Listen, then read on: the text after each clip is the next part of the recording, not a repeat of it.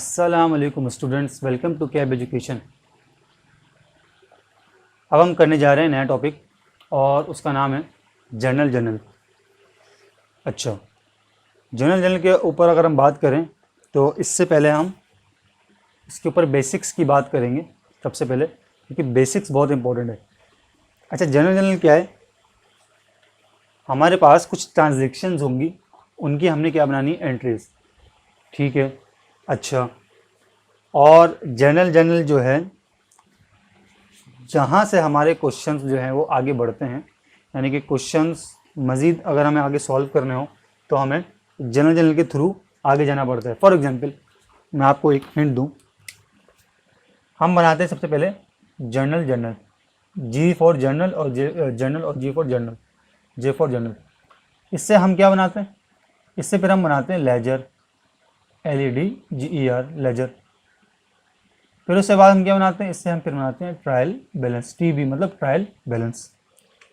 इसका मतलब अगर मेरे पास जनरल नहीं है तो मैं ये नहीं बना सकता, और अगर मेरे पास लेजर नहीं है तो मैं उससे ये नहीं बना सकता। ये तीनों आपस में क्या है? लिंक्ड हैं। आप इसको कॉपी कर लीजिएगा। ये मैंने आपको एक बेसिक्स बताई है कि ये आपस में क्या है, तीनों आपस में लिंक्ड है। अच्छा ठीक है, आप लोग हैंडआउट निकाल लें। हैंडआउट मैंने कुछ चीज़ें इसमें बनाई हैं हैंडआउट में मैंने, आप इसको देखें आज। इसमें आप निकालें पेज नंबर 1। देखिए पेज नंबर 1 में क्या आ रहा है? पेज नंबर 1 में आ रहा है बेसिक्स। बेसिक्स में सबसे पहले लिखा हुआ है हेड्स ऑफ अकाउंट्स। देखिए अब हेड्स ऑफ अकाउंट्स में आपने एक चीज़ समझनी, क्या 5 हेड्स हमारे पास। ये 5 हेड्स बहुत इंपॉर्टेंट है। आप इनको ऐसे समझ लें कि ये एक सीढ़ी है कि जिससे हमें ऊपर जाना है, और जब तक ये हमारे पास नहीं होगी हम ऊपर नहीं जा सकते।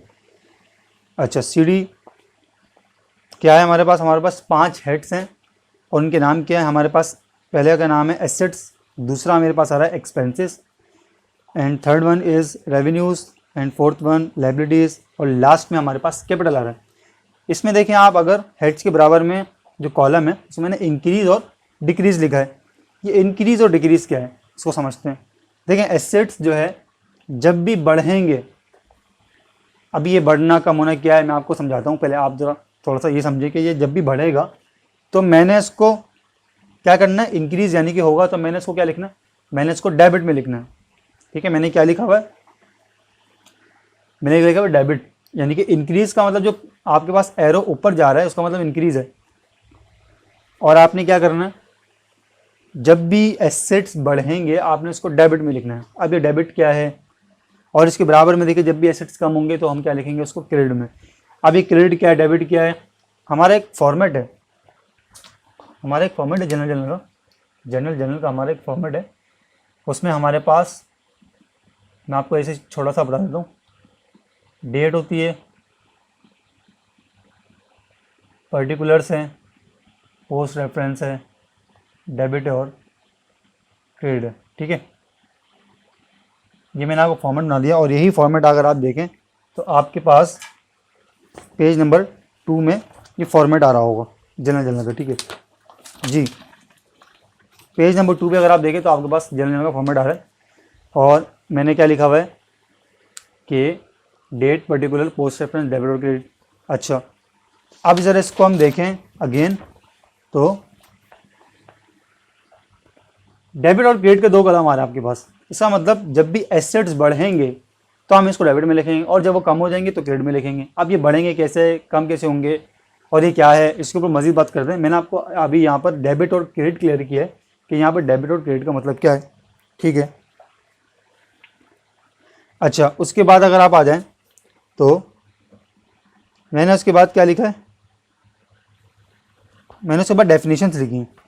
डेफिनेशंस में अगर हम आ जाएं तो इसमें हम देखते हैं कि हमारे पास आ रहा है इन्हीं हेड्स के नाम, एसेट्स, लायबिलिटीज, इक्विटी, रेवेन्यू और इनकम, और लास्ट में आ रहा है एक्सपेंसेस। इसको डिस्कस करते हैं कि करके। एसेट्स क्या हैं? एसेट्स क्या होते हैं? देखें एसेट्स में आप लोग मज़ीद जो है ना, इसको ज़रा नोट कर लें कि हमारे पास एसेट्स जो होते हैं वो 2 तरह के होते हैं। इसकी 2 टाइप्स हैं, एक है करंट, एक है नॉन करंट। एक एक करंट, एक एक नॉन करंट, ये 1 हो गया, 2 हो गया, ये टाइप्स है, एसेट्स की टाइप है। करंट क्या होता है? करंट का मतलब है इसकी लाइफ जो है वो 1 ईयर होती है, और इसकी लाइफ जो है वो मोर देन 1 ईयर। जी हाँ, करंट एसेट्स की लाइफ 1 साल है और नॉन करंट एसेट्स की लाइफ मोर देन 1, 1 साल से ज़्यादा है। अच्छा, अभी करंट एसेट्स क्या हैं क्या नहीं है, आप अगर देखें पेज नंबर 3 पे, तो देखिए मैंने आपको नेचर ऑफ अकाउंट्स बताए हुए हैं। एसेट्स के अंदर देखें मैंने पूरी एक कॉलम में बहुत सारे नेचर ऑफ अकाउंट्स लिखे हैं, क्या क्या होते हैं हमारे पास। ठीक है, फिर एक्सपेंसेस हैं, इसी तरह से रेवेन्यूज़ हैं, लाइबिलिटीज और कैपिटल है। इसके ऊपर बाद में बात कर दें।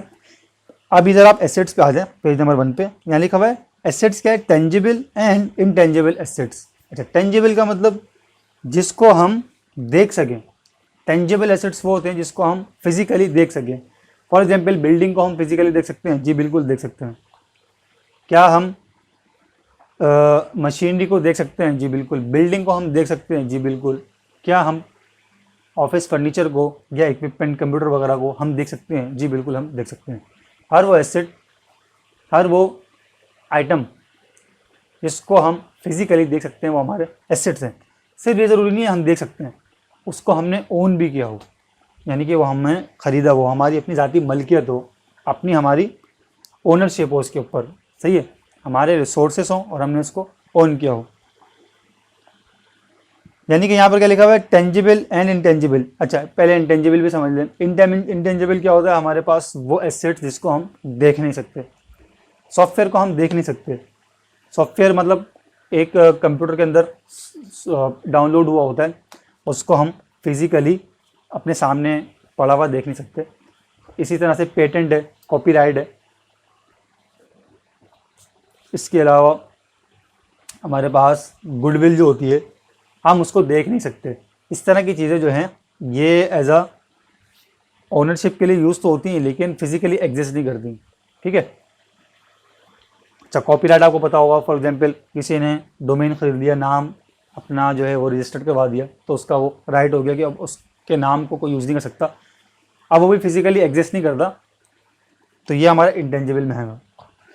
अब मैं डेफिनेशन पढ़ा हूँ। Tangible and intangible items that the company owns that have value. Example, cash, computer systems, patents. आपके पास एग्जाम्पल्स भी आ गई।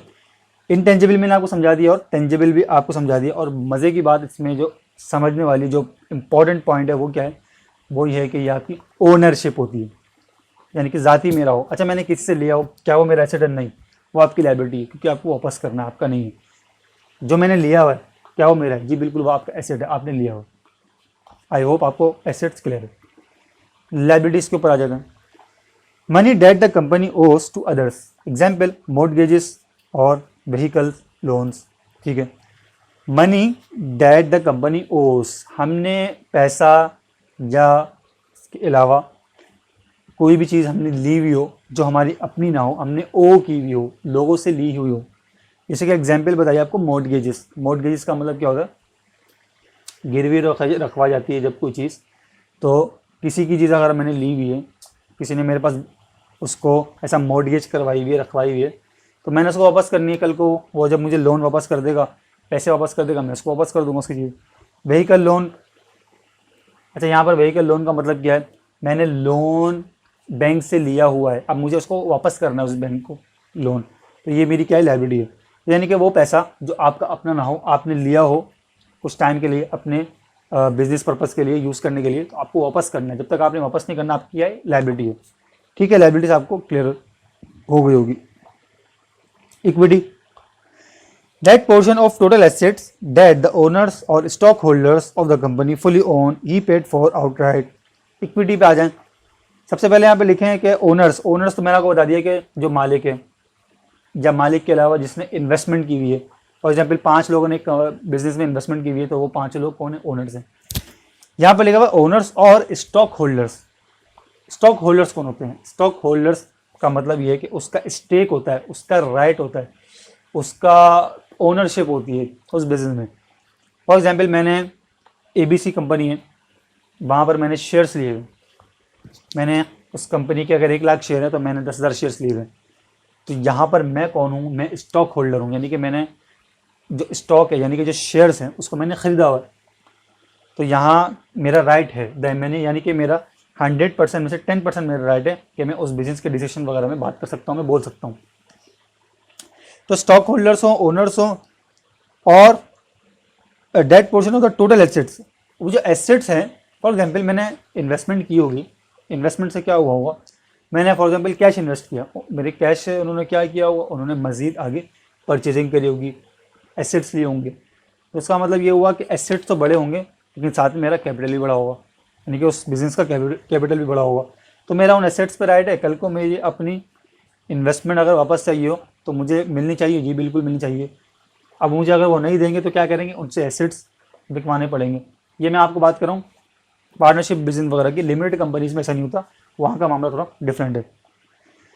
तो इक्विटी का मतलब ये है कि जहाँ मैंने इन्वेस्टमेंट की हुई है और मेरा जो कैपिटल बढ़ा हुआ है, जो मैंने इन्वेस्टमेंट की हुई है, वो जो इन्वेस्टमेंट बढ़ी ही हुई है, वो क्या है, वो इक्विटी कहलाती है। रेवेन्यू, अच्छा, दो चीज़ों में आप ज़रा फ़र्क करिएगा, इन्वेस्टमेंट करना और इन्वेस्टमेंट किसी ने करना। फॉर एग्जाम्पल एक कंपनी है, एक कंपनी और उसका नाम है ABC&Co। यहाँ पर मैं इन्वेस्टमेंट कर रहा हूँ, सही है, और यहाँ पर मैं कर रहा हूँ, दिस इज़ मी, मैं इन्वेस्टमेंट कर रहा हूँ। और एक कंपनी है XYZ एंड कंपनी, यहाँ पर एक बंदा इन्वेस्टमेंट कर रहा है, अदर्स यानी कि दूसरे लोग इन्वेस्टमेंट कर रहे हैं। तो इसका मतलब ये हुआ कि मेरी कंपनी में इन्वेस्टमेंट अगर कोई करेगा तो यहाँ पर क्या होगा, यहाँ पर इक्विटी मेरी तो बढ़ेगी, लेकिन साथ में उस बंदे की भी इक्विटी बढ़ेगी। फॉर एग्जांपल उसका राइट हो जाएगा ना मेरी कंपनी में, लेकिन यानी कि मेरे ऊपर एक लायबिलिटी भी बढ़ जाएगी और इक्विटी भी बढ़ जाएगी, क्योंकि कल को उसको मुझे पैसा वापस करना है। लेकिन अगर मैं किसी जगह इन्वेस्टमेंट करता हूँ तो क्या होगा, उस कंपनी में मेरी इक्विटी बढ़ेगी, यानी कि मैं एज अ शेयर होल्डर वहाँ बन जाऊँगा, मैं एज अ इन्वेस्टर वहाँ बन जाऊँगा, लेकिन साथ में मेरा एसेट भी बढ़ेगा। यहाँ पर एसेट भी बढ़ता है, यहाँ पर आपकी लायबिलिटी बढ़ती है और यहाँ पर आपकी इक्विटी बढ़ती है, यहाँ पर इक्विटी बढ़ती है, यहाँ पर आपका एसेट भी बढ़ता है। तो ये दो बातें आपने इसको समझना है। अच्छा, रेवेन्यू और इनकम पे आ जाए। Money the company earns from its sales of products और services and interest and dividend earn from marketable securities. Revenue और इनकम वो मनी जो हम सेल्स या और प्रोडक्ट से कमाते हैं या सर्विसेज से। फॉर एग्जांपल मेरा जो बिजनेस है वो है सर्विस। क्या सर्विसेज दे रहा हूँ, बैंकिंग सर्विसेज देता हूँ। बैंकिंग सर्विसेज में क्या होता है, बैंक्स वाले जब सर्विसेज देते हैं अपने अकाउंट होल्डर को, तो उससे क्या रिसीव करते हैं, उससे जो भी इनकम वो रिसीव करते हैं, जो भी प्रोसेस उनका होता है जिससे वो कमाते हैं, वो उनकी क्या होती है, वो उनकी इनकम होती है। तो ये इनकम आपकी प्रोडक्ट्स से भी हो सकती है। प्रोडक्ट्स फॉर एग्जाम्पल एक मैन्युफैक्चरिंग कंपनी वो क्या करती है, वो लेट से वो पेन बना के बेचती है। तो जब पेन बेचेगी तब उसको क्या होगा, प्रॉफिट होगा, क्योंकि जितने की उसकी कॉस्ट है और जितना उसने जितना अमाउंट का उसने सेल किया, उन दोनों का डिफरेंस क्या हो गया, उसका प्रॉफिट होगा। तो इस तरह से मैं जो अर्न करता हूँ वो मेरा इनकम होता है। और इसके अलावा इंटरेस्ट एंड डिविडेंड, अगर मैंने किसी कंपनी में इन्वेस्टमेंट की हुई है तो वहाँ का फ़ायदा क्या होगा, इन्वेस्टमेंट का दो फ़ायदे हैं। एक फ़ायदा ये है कि कल को फ्यूचर में वो शेयर्स की प्राइस अगर बढ़ेगी तो मुझे फ़ायदा होगा। मैंने फॉर एग्जांपल 100 रुपये का ख़रीदा, अब वो 120 रुपये का बिकता है, तो मुझे 20 रुपये पर शेयर का फ़ायदा हो रहा है। इसी तरह से दूसरा फ़ायदा क्या होता है, दूसरा फ़ायदा ये होता है कि जब कंपनी का ईयर एंड होता है और प्रॉफिट जब वो अर्न करती है तो वो अपने शेयर होल्डर में डिस्ट्रीब्यूट करती है, अपने प्रॉफिट को डिवाइड बाय क्या करती है, over the number of share holders. तो मेरे हिस्से में जितना भी प्रॉफिट आता है वो कहलाता है डिविडेंड। तो ये डिविडेंड है। तो वो कह रहे हैं डिविडेंड अर्न किया आपने मार्केटेबल सिक्योरिटीज यानी कि इन्वेस्टमेंट वगैरह आपने की हुई है, ठीक है। एक्सपेंसेस क्या है, money the company spends to produce the goods और services that it sells. Example office supplies, utilities, advertising. मैं बिजनेस को रन कर रहा हूँ तो बिजली तो चलेगी ना। एक बिल्डिंग मैंने ओन की हुई है, वहाँ पर स्टाफ बैठता है और वो स्टाफ क्या करता है, वहाँ पर वर्क करता है। वहाँ पर सिस्टम लगे हुए हैं, सर्वर्स लगे हुए हैं, कंप्यूटर्स हैं, लैपटॉप्स हैं, इसके अलावा एसीज़ हैं, वहाँ पर लिफ्ट है हमारे पास। तो क्या होता है वहाँ पर जो है बिजली का अच्छा खासा यूज़ होता है, इलेक्ट्रिसिटी बहुत ज़्यादा कंज्यूम्ड होती है, गैस यूज़ होती है, पानी वगैरह का बिल आता है। तो ये सब यूटिलिटीज़ के खर्चे हैं, ये तो मैंने देना है। तो यानी कि हम जो पैसा खर्च करते हैं प्रोडक्शन के लिए और सर्विसेज के लिए, यानी कि हम एक कंपनी चला रहे हैं तो वो ऐसे नहीं चलेगी, उसके ऊपर कुछ खर्चा करना पड़ेगा, सैलरीज देनी पड़ेगी स्टाफ को, ये मेरा खर्चा है। रेंट अगर दे रहे हैं, अगर अपनी जगह नहीं है तो रेंट एक्सपेंस आप क्या आएगा, आपने लोन लिया हुआ इसके ऊपर आपको इंटरेस्ट देना है, वो आपका एक्सपेंस है। तो ये सब क्या है, मेरे एक्सपेंसेस हैं। एडवर्टीजमेंट करवा रहा हूँ अगर मैं प्रोडक्शन को बेचने के लिए मैं एडवर्टाइज करवा रहा हूँ अपनी प्रोडक्ट को, तो ये मेरा एक्सपेंस में आएगा। तो चले, मैंने आपको यहाँ पर पांचों हेड्स अच्छे से समझा दिए।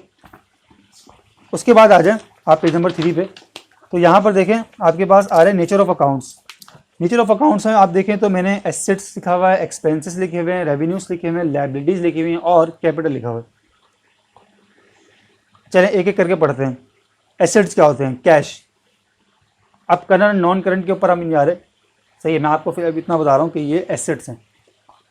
कैश मेरा एसेट है, बिल्कुल मेरा अपनी ओनरशिप है। बैंक इसी तरह से अकाउंट्स रिसीवेबल। अकाउंट्स रिसीवेबल क्या होता है, मैंने कस्टमर को सेल करी गुड्स और उससे पैसे अभी नहीं लिए, उसने मुझे बोला मैं आपको बाद में दूंगा, तो मैंने रिसीव करना ना, यानी कि मेरी ओनरशिप है, ये आज नहीं मिलेंगे कल मिलेंगे, तो मैंने रिसीवेबल रिकॉर्ड करना, ये मेरा एसेट है। मर्चेंडाइज इन्वेंट्री, मेरे पास जो गुड्स पड़ी हुई जो अभी बिकी नहीं है, मेरी रिसोर्सेज है, मेरी ओन्ड है वो, तो मैंने उसको अपने पास रखना है और फ्यूचर में बेचना है, तो मेरा एसेट से।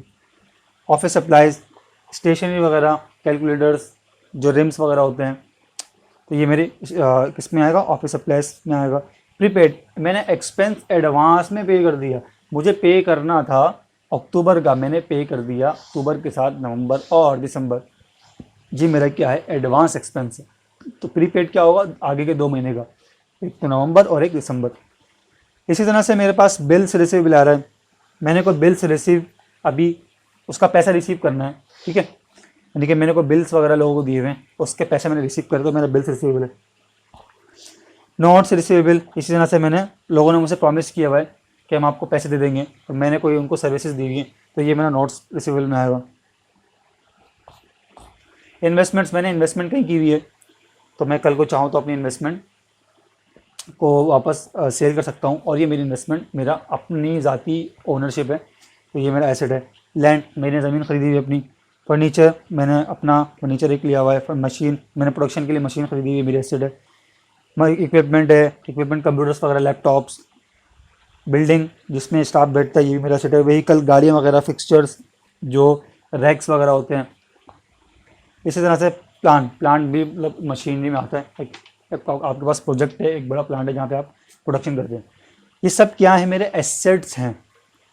अब हम आते हैं एक्सपेंसेस के ऊपर। एक्सपेंसेस में लिखा हुआ है सैलरीज एक्सपेंस, स्टाफ को सैलरी देते हैं, खर्चा है, बिल्कुल।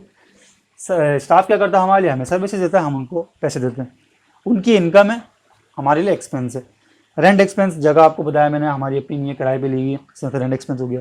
इंश्योरेंस एक्सपेंस, इंश्योरेंस एक्सपेंस भी हमने लेट से हमने अपनी मशीनरीज वगैरह की इंश्योरेंस करवाई हुई है, तो ये भी खर्चा है। या हम बाहर के ममालिक से माल मंगवा रहे हैं, तो ये हमें पे करना पड़ेगा। इंटरेस्ट एक्सपेंस, लोन के ऊपर मैंने इंटरेस्ट देना होता है, ये मेरा एक्सपेंस है।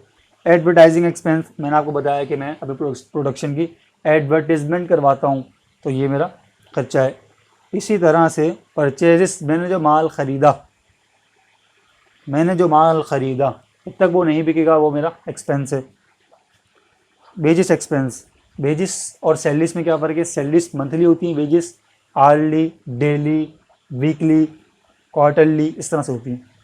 क्वार्टरली नहीं, आर्ली, वीकली और 15 दिन की जो होती है आपकी।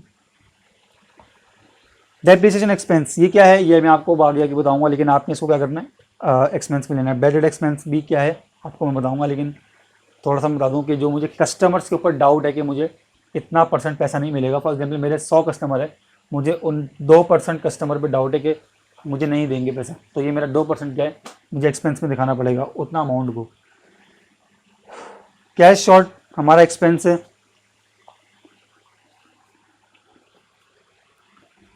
उसके अलावा हमारे पास आ रहा है cost of goods sold. Cost of goods sold मतलब जो मेरी कॉस्ट लगी गुड्स को बनाने में, ये भी मेरा एक्सपेंस है। ट्रांसपोर्टेशन इन, ये भी मेरा एक्सपेंस है। और मेरे पास आ रहा है यूटिलिटीज़ एक्सपेंस, ये भी मेरा क्या एक्सपेंस है। रेवेन्यूज़ में आ जाए तो आपके पास सेल्स आ रही है। सेल्स नॉर्मली जब हम सेल्स करते हैं हमारा रेवेन्यू होता है। रेंट इनकम, कंपनी ने कोई बिल्डिंग ली हुई है जहाँ पर वो खुद नहीं काम करते, वो उन्होंने दूसरी किसी कंपनी को दी हुई है और वो उनसे रेंट चार्ज करते हैं, तो ये इनकी इनकम है। कमीशन इनकम सही है। और अदर इनकम, हमारे पास इस तरह की इनकम रेवेन्यूज़ में आती है। लाइबिलिटीज़, अकाउंट्स पेबल हमारी लाइबिलिटी है। ये क्या चीज़ है, मैंने अपने सप्लायर से माल ख़रीद लिया और उसको पैसे नहीं दिए, आज नहीं तो कल तो पैसे देने हैं, तो मैंने अपने पास लाइबिलिटी बुक करनी है, उसको पैसे दूंगा तो जब लाइबिलिटी मेरी ख़त्म हो जाएगी। इसी तरह से सैलरीज पेबल, एम्प्लॉयर्स को सैलरीज नहीं दी तब तो देनी चाहिए थी, तो जब तक नहीं दूंगा तो अपने पास लाइबिलिटी बुक करूंगा, आज नहीं तो कल दूंगा। रेंट पेबल, रेंट नहीं दिया हुआ अभी तक, आज नहीं दूंगा तो अगले महीने दे दूंगा। अनअर्न, ये वो इनकम होती है जो हमने अभी अर्न नहीं की होती। फॉर एग्जांपल हमने एडवांस में किसी से पैसे रिसीव कर लिए और उसको सर्विसेज नहीं दी, तो जब तक सर्विसेज नहीं देंगे तो हम क्या करेंगे, इसको हम अनअर्न में लेकर जाएंगे। लोन, हमने लोन लिया हुआ है, ठीक है। इस तरह से मेरा इंटरेस्ट इनकम है। इंटरेस्ट इनकम, मैंने कहीं इन्वेस्टमेंट की हुई है, मैंने बैंक में पैसे रखवाए हुए हैं, वहाँ से मुझे इंटरेस्ट मिलता है, तो ये मेरी इनकम है। अच्छा, लाइबिलिटीज़ भी हमारे पास दो तरह की होती हैं, जैसे एसेट्स होते हैं ना, इसी तरह से लाइबिलिटीज़ भी हमारी करंट और नॉन करंट होती हैं, और ये भी इसी तरह से होती है कि इसकी लाइफ 1 साल होती है करंट की, और नॉन करंट की मोर देन 1 ईयर। कैपिटल क्या है, कैपिटल हमारे पास वो है कि हमने इन्वेस्टमेंट की हुई है, ओनर ने बिजनेस में इन्वेस्टमेंट की हुई है, तो ये कैपिटल में आता है, इसके अलावा और नहीं है हमारे पास। अच्छा, कॉन्ट्रा नेचर अकाउंट्स में आ जाएंगे, ये इंपॉर्टेंट है। कॉन्ट्रा नेचर अकाउंट्स क्या होते हैं? कॉन्ट्रा नेचर अकाउंट्स हमारे पास वो होते हैं कि जो हमारी एसेट्स को या हमारे रेवेन्यूज की वैल्यू को डिक्लाइन करते हैं, कम करते हैं। फॉर एग्जाम्पल सबसे पहले allowance for bad debt. Allowance for bad debt का मतलब, मैंने अपने कस्टमर से पैसे लेने हैं 1 लाख रुपए और मुझे ये डाउट है कि मुझे 5,000 रुपये नहीं मिलेंगे, तो मैं क्या करूँगा, एक अपने पास अलाउंस बुक करूँगा कि इन फ्यूचर ये पैसे मुझे नहीं मिलेंगे, तो ये मेरा कॉन्ट्रा एसेट है, यानी कि मेरे अकाउंट्स रिसीवेबल जो मेरा एसेट है उसकी वैल्यू को क्या करेगा, कम करेगा, डिक्लाइन करेगा।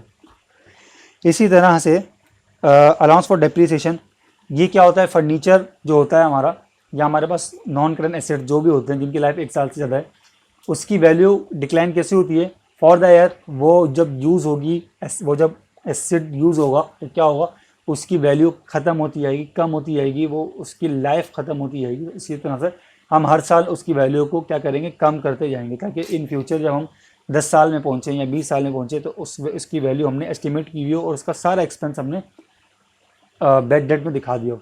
ये मैं आपको आगे आगे बताऊँगा बैड डेट क्या कहते हैं, डेप्रिसिएशन में दिखाया हो, और ये डेप्रिसिएशन क्या है मैं आपको आगे आके ज़रूर बताऊँगा। सेल्स डिस्काउंट मेरा कॉन्ट्रा रेवेन्यू है, मेरी रेवेन्यू की वैल्यू को कम करता है। क्यों?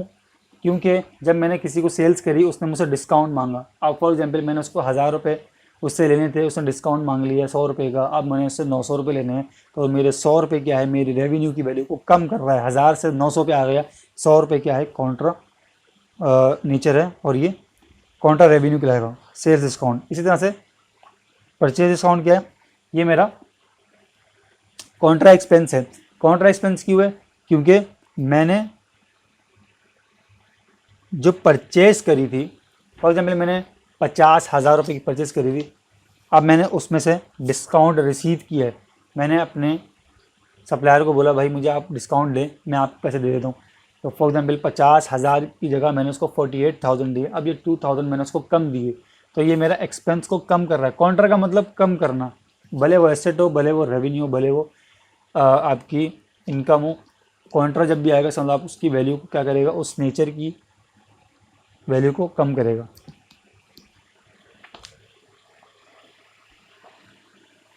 इसी तरह से सेल्स रिटर्न भी हमारी कॉन्ट्रा रेवेन्यू और परचेज रिटर्न हमारा कॉन्ट्रा एक्सपेंस है। ड्राइंग मेरा जो कैपिटल है उसको क्या, उसकी वैल्यू को क्या करता है, कम करता है। फॉर एग्जांपल मैंने 2 लाख रुपए इन्वेस्ट किए और उसमें से 5,000 रुपये अपने ज़ाती इस्तेमाल के लिए निकाल लिए, तो बिजनेस में क्या होगा, मेरे 5,000 रुपये कम कर दिए जाएंगे। यहाँ पर ड्राइंग्स आती हैं कि कॉन्ट्रा कैपिटल है ये, और मेरा कैपिटल की वैल्यू कम हो जाएगी। चलें,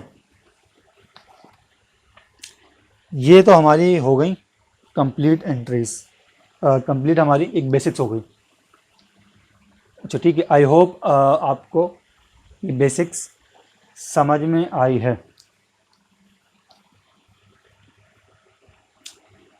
चलें अब हम चलते हैं, आप इसको कॉपी कर लें।